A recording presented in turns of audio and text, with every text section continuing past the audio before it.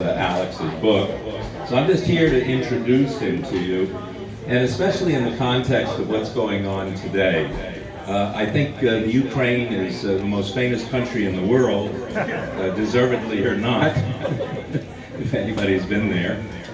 Most people that talk about it incessantly on the news shows has never been to the Ukraine. Alex was born there, so he has a little bit of a different perspective, obviously, than most of the talking heads that we watch on our television programs. However, his book takes place in an earlier time, and some of you may enjoy seeing Gorbachev, and I don't know if you can identify some of the other commissars, dictators of the Soviet Union. He'll explain that. That's part of his show.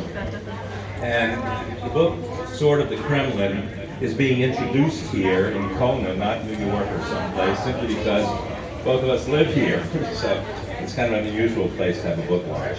However, we're delighted to have you here because now you're our dress rehearsal for the main one.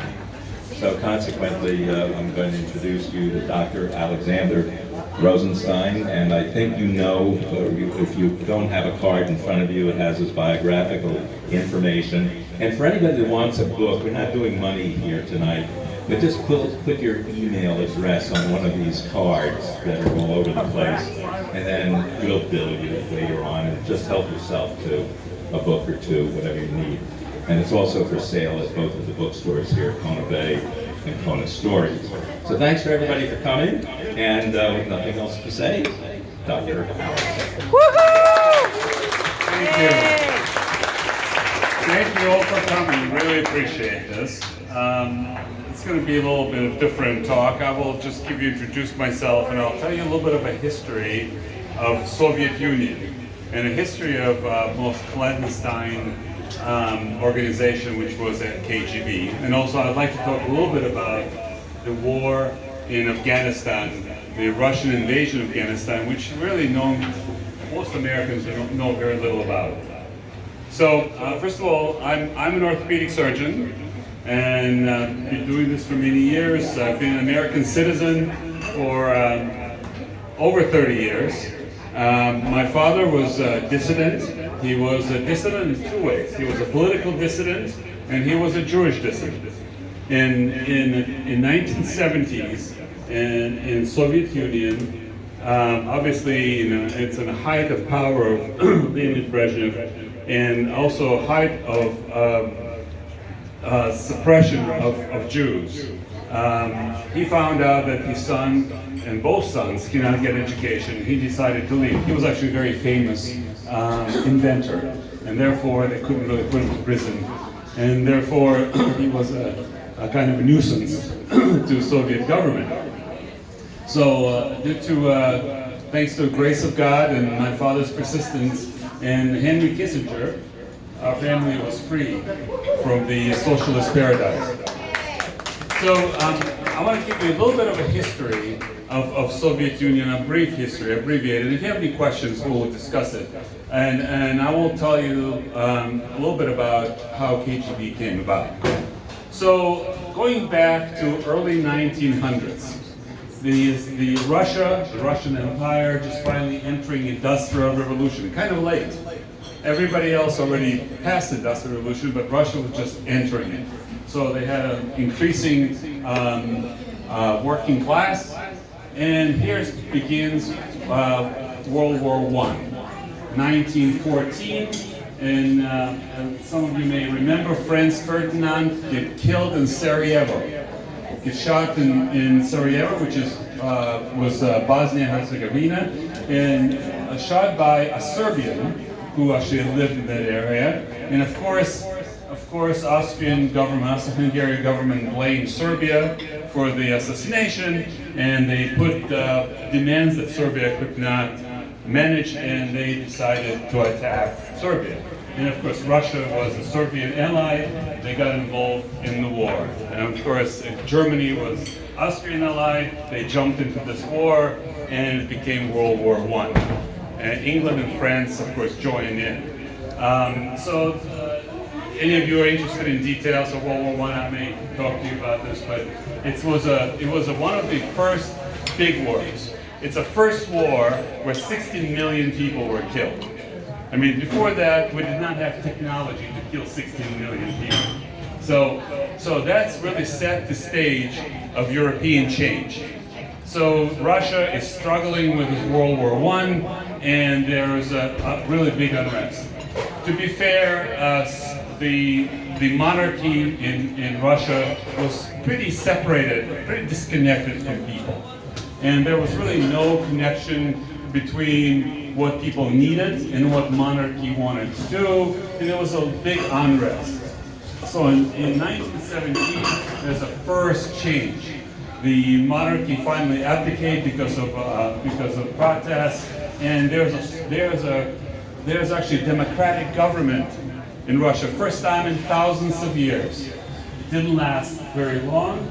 The Bolshevik Revolution took place. It's actually a socialist revolution. It's interesting that in America people separate socialists and communists. There's no separation because communists are socialists in a full power. If you give full power to a socialist, they become communists. So communism really was an ideal. It was a hope. Soviet Union never became communist. They always were a socialist.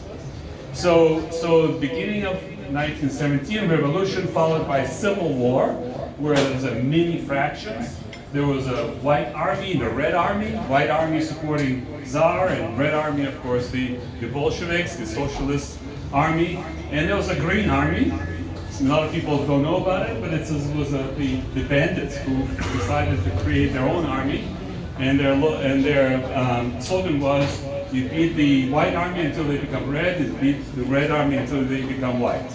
So they were sort of opportunists, and they had actually held some territories. Finally, the Civil War was over, and the new Soviet Union needed to have an organization that keeps people down. Because if somebody doesn't understand, in a socialist society, there can be really achievement or private enterprise. Therefore, there's a lot of people who are unhappy, and you have to keep them down. So the very first organization that came out was called Cheka, which in Russian is Чрезвычайный комитет, means urgent committee. And it was headed by Gertrude, who was a Polish aristocrat who became a socialist and joined the Communist Party, and actually was able to run this organization. Cheka was the strong arm of Lenin. If any of you remember, Lenin was the leader of the party who actually orchestrated supposedly the revolution and then took over.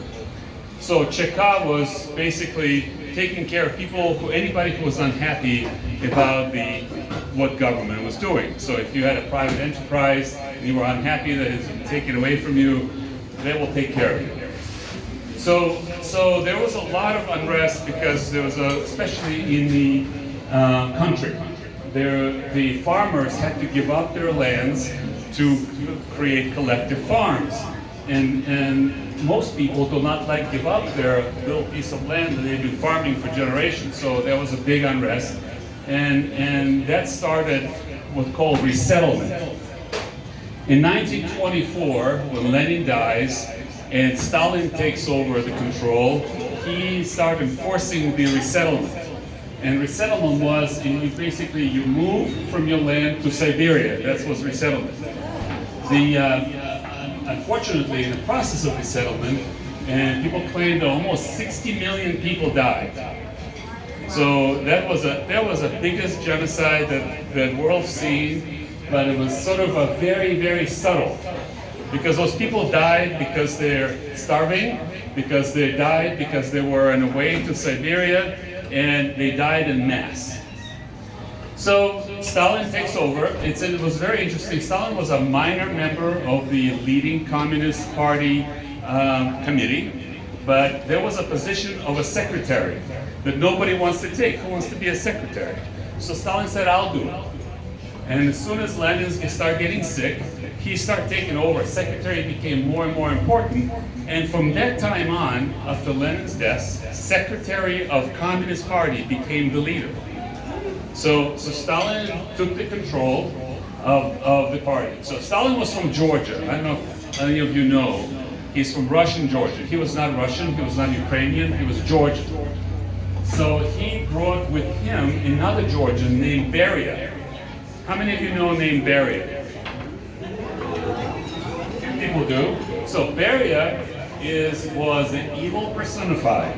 People don't know him, but he was the head of NKVD, which became a new internal secret service control or agency. It was most feared agency in the land, and Beria, who was a Georgian friend of Gertrude, which was the real name of Stalin, and he led that very, very, very, very scary organization. That my grandfather was telling me that they had raids, periodically. Every few months they have raids, and they would collect people, and collection was based on reports of your neighbors. So your neighbor would write a letter. Your neighbor doesn't like you. They would write a letter to NKVD that you have bourgeoisie tendencies. And then next raid you get picked up, and there's no trial, there's no discussions. You basically disappear. And interesting enough that to cover it up, every 6 months or every year, the local NKVD leader was also executed, just to cover what happened with the raids. So my grandfather actually almost became a victim of one of those, because his neighbor, who didn't like him, wrote a letter to NKVD saying that he has a bourgeoisie tendency because he's bought his son a private bicycle. And it's a really not proletariat type of tendencies to have a private bicycle. But when they came to pick him up, he was out of town. When the raid was over, they did not follow through. So it was a very scary time. This was a time where everybody's party would start with a toast for the Stalin. Just remember, you're having Thanksgiving. And before you do anything else, your first toast has to be for the Stalin, because otherwise it'll be reported. So that was an interesting time. So NKVD lasted all the way through 1930s, through World War II. Interesting enough, I don't know if any of you know that right before World War II, right before Germans invaded Russia, most of highest caliber generals of Russian's army, Red Army, were in prison because they were reported not to be loyal. So that was interesting enough, and Beria himself would execute higher level people. He would take him to a tile-lined room and shot him in the head with his own pistol. So there was an interesting time. Matter of fact, if any of you know anybody knows who General Zhukov was?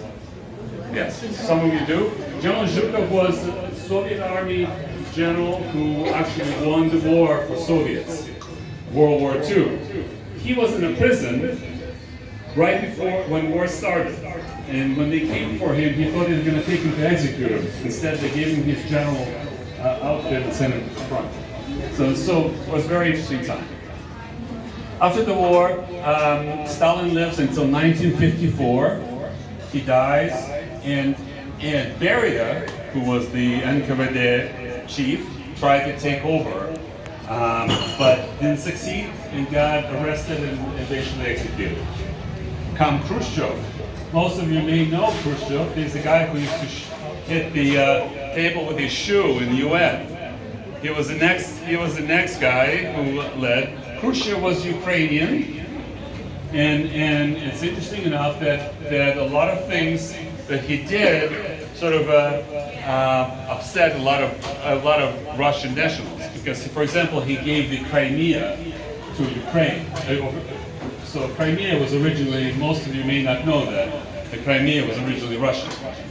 And only with giving in the 1950s, it was given to Ukraine by Khrushchev, who was Ukrainian. So during Khrushchev time, the KGB changed, the NKVD changed to KGB, and that's what most of you heard about. So KGB it stands for Комитет государственной безопасности. That's what KGB is, and it's Committee of Countries' Security. And of course, at the end of Soviet Union, which was in '91, where there was an attempt of the coup, eventually she's turned into FSB.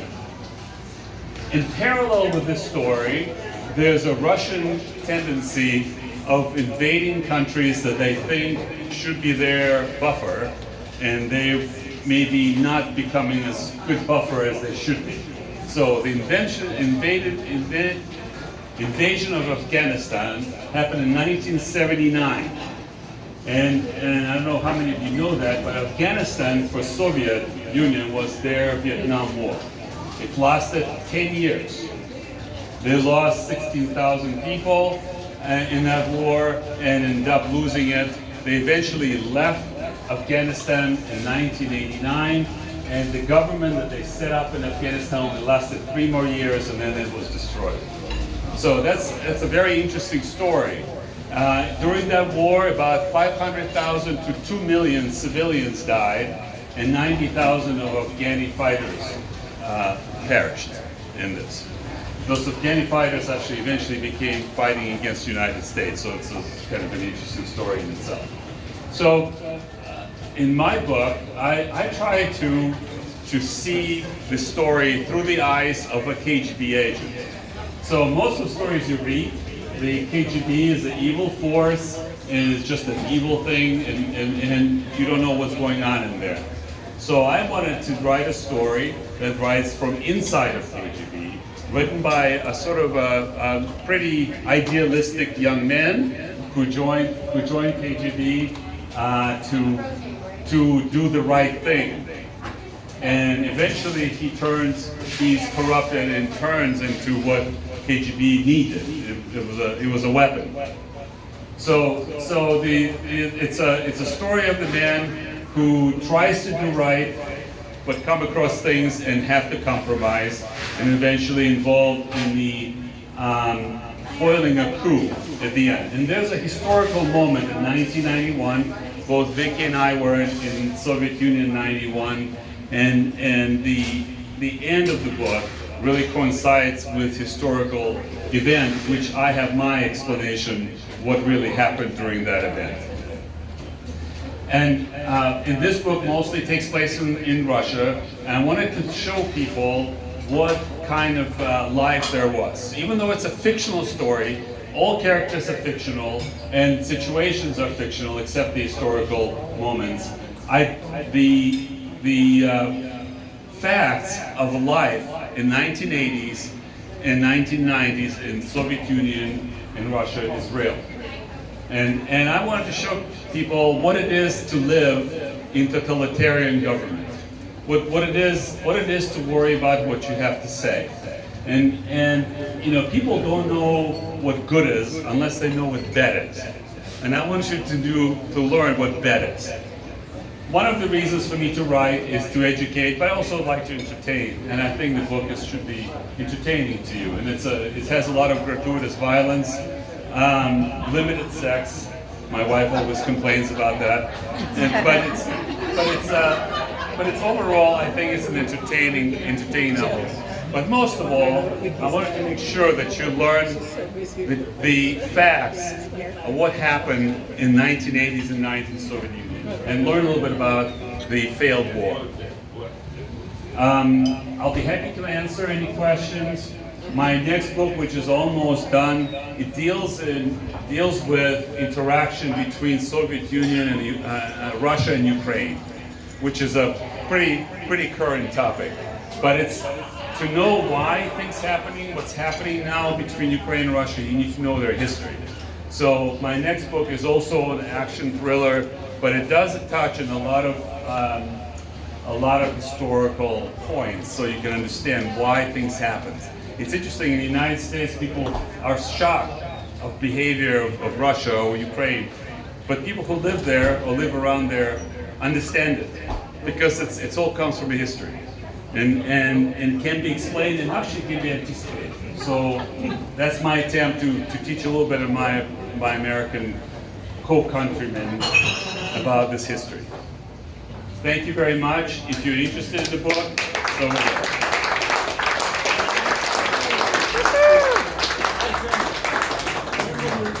There's something for our next book come out, when will it actually be available?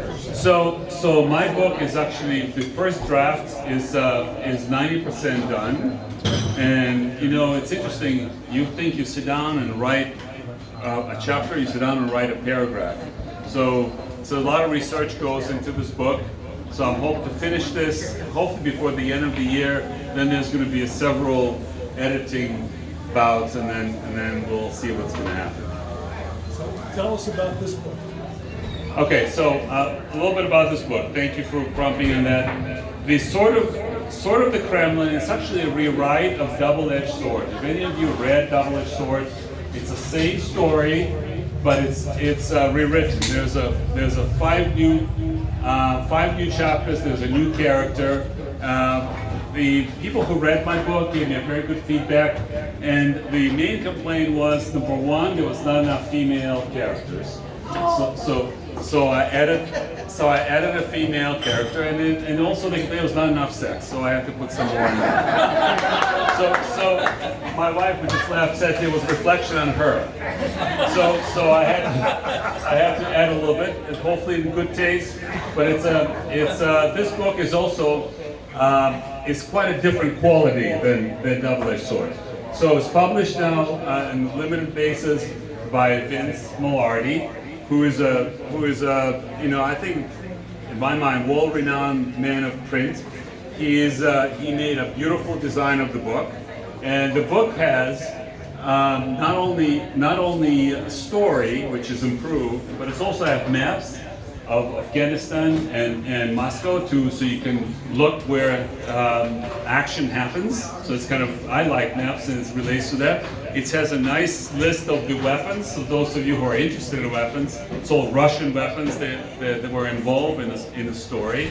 And also at the end, you can see the pictures of real events that culminates the story. So that's actually a historical event, and you can see some picture of that. So I think in some ways it's a sim book, but in other ways it's a very different edition. Will this ever be made into a movie? I sure hope so. I sure hope so. We are actually, and I'm trying to get this. I think it's going to make an excellent movie or miniseries, but I hope it happens in my lifetime. So we'll see what happens. We're trying to get this book introduced. How young are you now? Huh? How young are you now? I'm not going to mention that. I have to kill you if I tell you. 37. Okay. Any other questions? Questions? No extra charge for questions? Anyways, yes. Do you still have family? Do I still have family? My immediate family is of course in the United States. I have distant cousins back there. Yeah. I keep in touch with them. Are they ever in trouble because of what you've written? No, it's right now it's so different there. It's basically there's really not much of an organization. I'd probably be in trouble when my next book come out. Probably because there's a lot of more stuff about Ukraine, and I have my family lives in Ukraine. Yes. I have a question. Do you think that ultimately Ukraine is going to be divided into two as a buffer zone between the West and the East? Okay, well, it's interesting. So Russians have historically been attacked for thousands of years, and they have the thing about buffer zones, about protection. So interesting enough that Soviets and now Russians, they're more concerned with invasions than taking over more land. They don't need more land, by the way. I mean, the largest country in the world, so with not such a huge population. But they always were concerned about their buffer. As far as the Ukraine concerned, there's going to be historical fights in there because entire southern Ukraine, or what they call a New Russia, during Russian Empire, from Dniester to Caucasus, it's a huge area which was taken over from Turks by Russian army. So that's going to be the dispute. that area was historically